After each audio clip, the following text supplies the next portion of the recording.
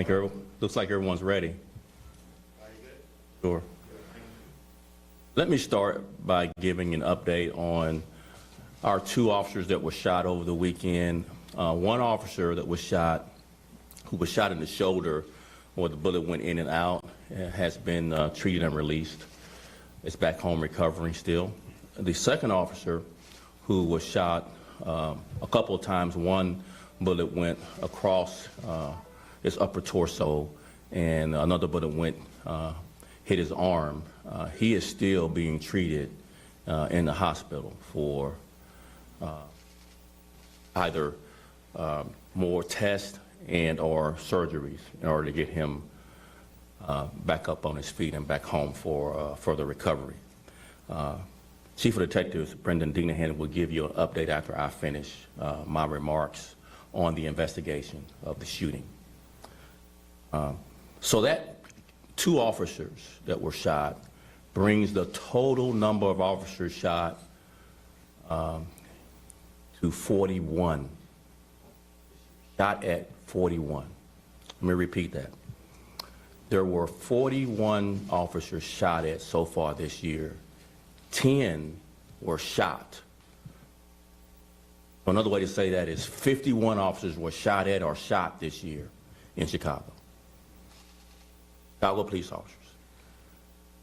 51 shot at or shot so far this year. 10 shot. A total number of 126 guns were recovered this weekend. And the reason why that number is brought up is that repeatedly every Monday after a weekend, we talk about the number of guns recovered. And I mentioned every one of those interactions or potential deadly force encounter. Because we had that happen when our two officers were shot. They spotted a gun, attempted to recover the gun and arrest the subject, and they were shot. So just this weekend's 126 guns recovered. Each one of those were a potential deadly force encounter. 91 gun arrests this weekend.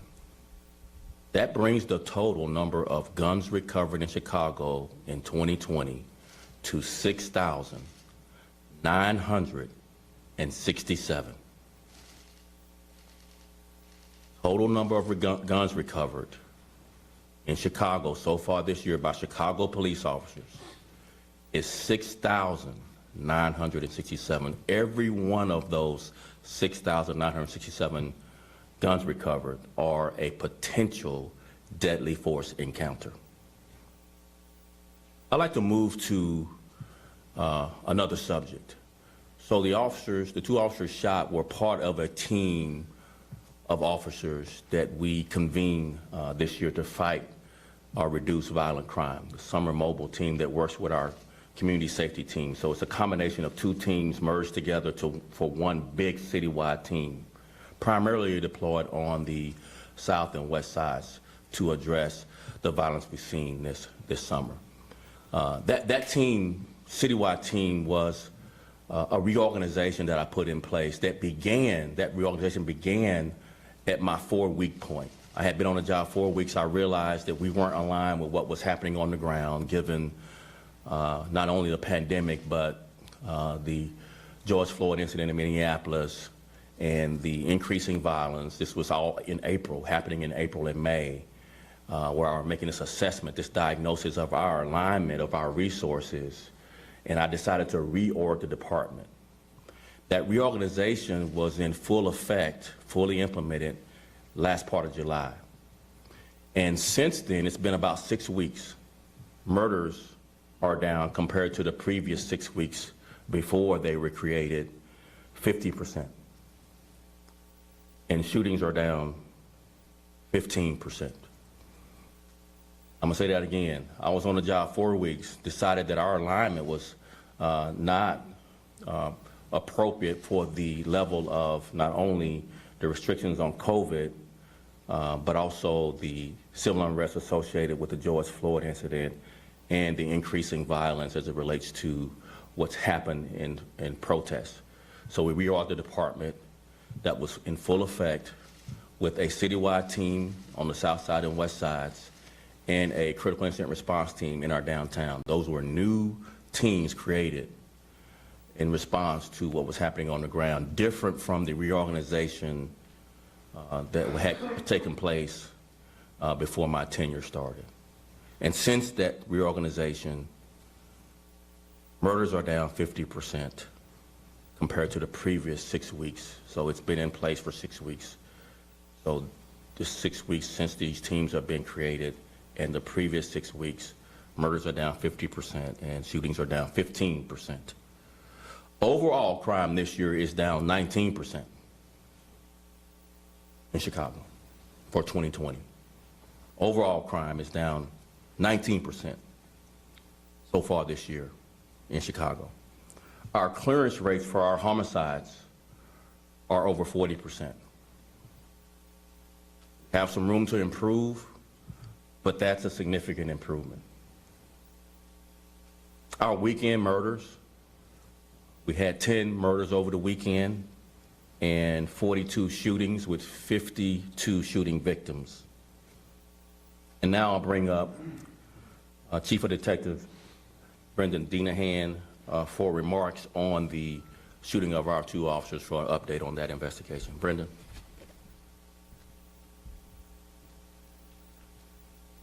Thanks, Superintendent. And just to echo what the Superintendent had already stated, I just want to thank the officers, obviously specifically the officers involved. The one officer, as the Superintendent mentioned, is already home resting. The other officer is still in the hospital after undergoing one surgery. But I want to thank the officers and their team and the detectives and everybody involved who actually brought this case to a conclusion. So the defendant in this case is Jeffron Williams, or Rashad Williams, and he's charged with 7 counts of attempt murder. I believe everybody knows the basic information, but the officers assigned to the citywide team that the superintendent was speaking of, they went to perform a traffic stop on this vehicle, and the vehicle, the officers had to turn around to kind of, they were going to perform the traffic stop on the car. They had to turn around. By the time they came up to the car, this defendant had already parked, and he'd actually crawled into the trunk of his car. He was able to pull down the back seat and crawl into the trunk of his car. His vehicle has extremely tinted windows. By the time the officers got up there and they were able to flash the flashlights inside, they could see the gun with the extended clip in plain view. And that's when they started getting on the radio. And all this is on their body-worn cameras are all activated. So I was able to review some of the video myself, which I'm sure will be pushed out later. But the officers are stating that they can see the gun. And at that point, the defendant starts crawling back out of the back seat and towards the front seat where the gun is. That's when things escalate. The officers have to make a split-second decision. He's near the gun. He's not complying. He's refusing to come out of the car. He's extremely close to the gun. That's when they have to break the window and remove him from the car. At that time, he does have the gun on him. He's still not complying. He's not giving up his hands. The officers are trying to arrest him, trying to grab his hands. As you can imagine how chaotic it is. It's super, super fast. As they roll him over, that's when he starts shooting. And we have the 2 officers shot, and at that point, then other officers return fire as the defendant is trying to make his escape, and he is placed into custody, and the gun is recovered. So that's the basics of what occurred, and just want to thank the officers. Once again, they did an amazing job, and split-second decision.